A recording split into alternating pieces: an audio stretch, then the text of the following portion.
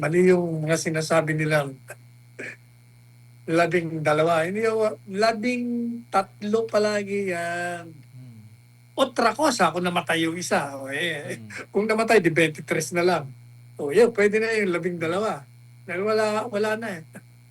Wala na yung mismong senador eh. Mm. Nandyan naman lahat sila. Kompleto. Mm. Mm. Ayan. Pero Attorney Sal, eto meron din nagpahayag din yung isang dating Associate Supreme Court Senior Associate Justice Antonio Carpio patungkol nga doon sa issue pa rin ng quorum kasi ayon sa kanya ang isang senador na nasa kustodiya o detention dahil sa kasong kriminal ay hindi maaring maglingkod sa publiko kaya hindi rin siya dapat makaboto, makadalo sa sesyon o maisama sa bilang ng quorum at majority vote ng Senado. Kaya ipinunto niya yung mga desisyon ng Korte Suprema sa People versus Maceda at yung Trillanes versus Pimentel kung saan binigyan diin na ang pagkakakulong ay may kakibat na pagbabawal sa pagganap ng propesyon o yung paghawak ng tungkulin sa gobyerno. Tugon din ni Carpio ang dating Senadora Leila de Lima ay nakapaghain ng mga panukalang batas noon dahil wala umanong kumwestiyon dito. Binanggit din niya ang plunder law na nagsasaad ng suspensyon sa opisyal na kinasuhan ng plunder sa Sandigan Bayan. Your thoughts on this, Attorney Sal? I disagree. Inasalungat ko yung fraternity brand kong yan. Mm. Alam ko niya yung part 2 ng article ko, diniscuss ko yung quorum. Kasi, pati yung IBP, pati yung mga deans na, hindi yung binabasa may yung Abilino versus Cuenco. Nagamit kasi nila yon kasi sabi na doon sa Abilino versus Cuenco. Kaya daw yung threshold bababa from 13 to 12. Kasi, yun daw, at that time, yung isang senador nasa abroad. Yung isa naman daw, nasa ospital. Kaya pwede yung 12. Kaya nga nagkagulo sila. Pareho ang sitwasyon. 12. Naghalal ng bagong Senate President. Kaya tumakbo sa Korte Suprema. Ang unang desisyon doon, kasi ang naging desisyon 6, 4, tapos 1 yata. Dahil may sakit ba o nasa abroad. Yun ang 6, ayaw desisyonan kasi ang pinail, co-waranto. Ibig sabihin, kini-question nung kabila yung pag-alal doon sa Cuenco dahil kulang nga ang quorum. Para sa kanila, dapat 13.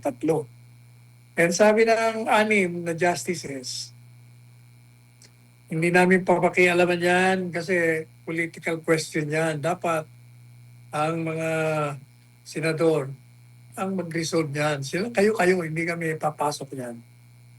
Pero alam po niyo yung political question will not apply anymore dito sa panahon ngayon. Kasi 1949 pa yun.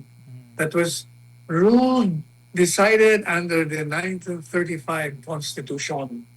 Meron pang tinatawag na political question yun na hindi makikialam ang Supreme Court kung ang isang bagay dapat didesisyonan ng sovereign people in their sovereign capacity. Dahil sabi, sila ang dapat hindi makikialam ang Korte Suprema dyan. Noon yun.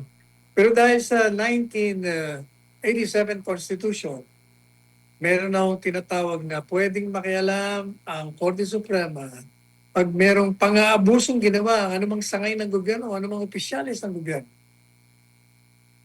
They can come in pag merong grave abuse of discretion amounting to excess or lack of jurisdiction. Kaya wala na mga political question na yan.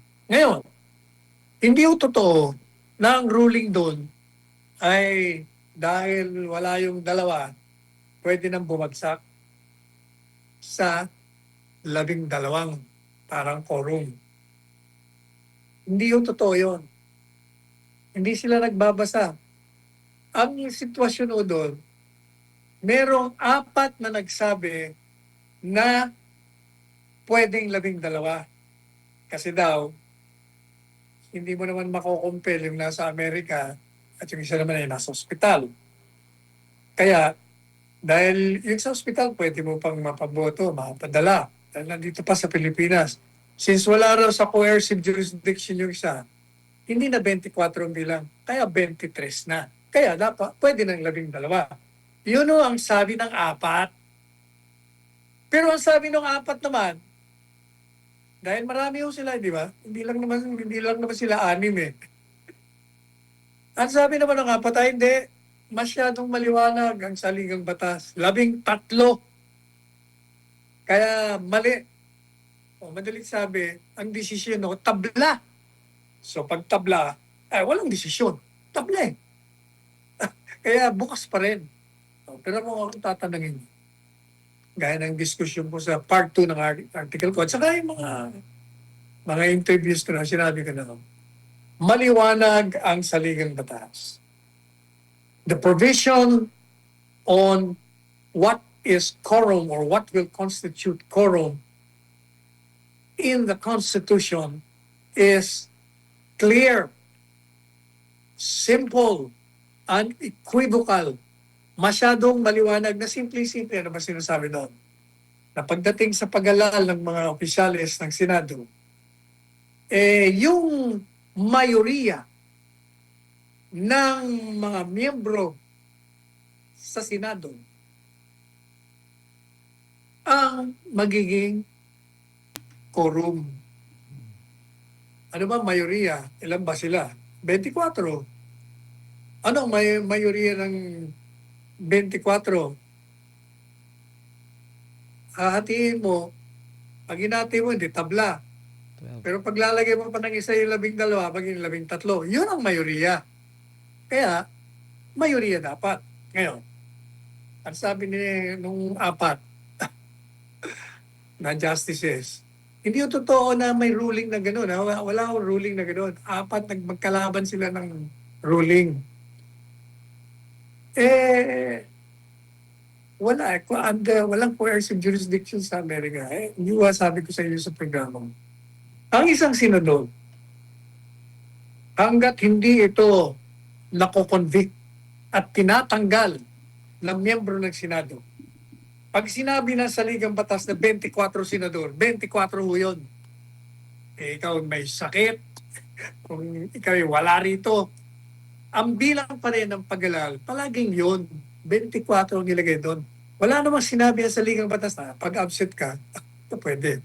Wala rin sinabi ang sa Ligang Batas na pag nakakulong ka, demanda ka, hindi ka na rin pwede bumoto. Wala rin sinasabi na pag ikay nasa abroad, hindi ka na po pwede bumoto. Ano nakalagay doon? Basta ang quorum ay majority ng mga miyembro.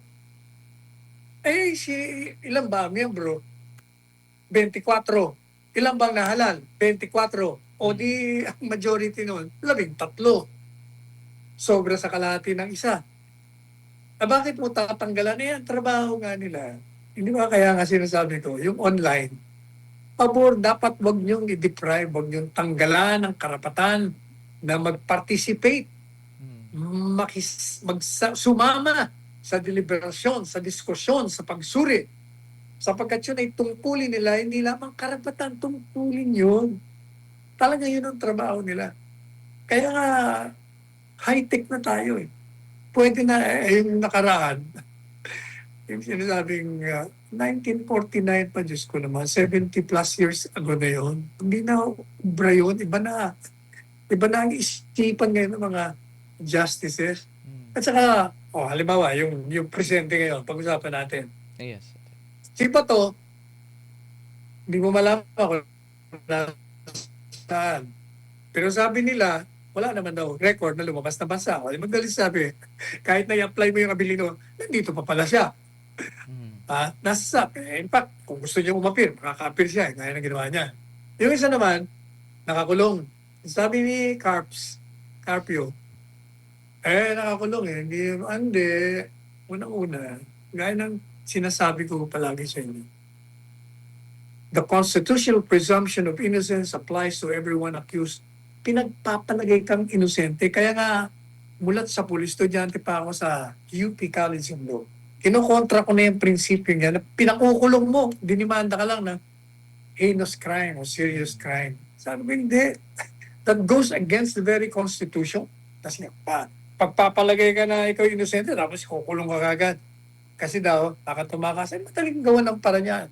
Di ba sa Amerika, naglalagay ng mga monitoring dyan sa paa mo, dyan sa wrist mo. Hindi ka makakatakas eh. Alalaman ka agad kung nasaan ka. Kaya dapat talaga, hindi po pwede yung dahilan para tanggalan mo ng karapatan na sumama sa deliberasyon o bumoto sa anumang bagay na kailangan kang bumoto. Basta merong kaparaanan na makakapasok ka, whether pamamagitan ng online, o pupunta ka doon, o pwede nga sa telepono, ibigay mo ang boto mo. Sa akin, pwede ho lahat yun eh. Yan ang aking pananaw dyan. Mali. Mali yung mga sinasabi nilang 12. Hindi yung 13 palagi yan. Otra cosa, kung namatay yung isa. O, kung namatay, di 23 na lang. O yun, pwede na yung 12. Dahil wala na eh. Wala na yung mismong senador eh. Nandiyan naman lahat sila. Kompleto.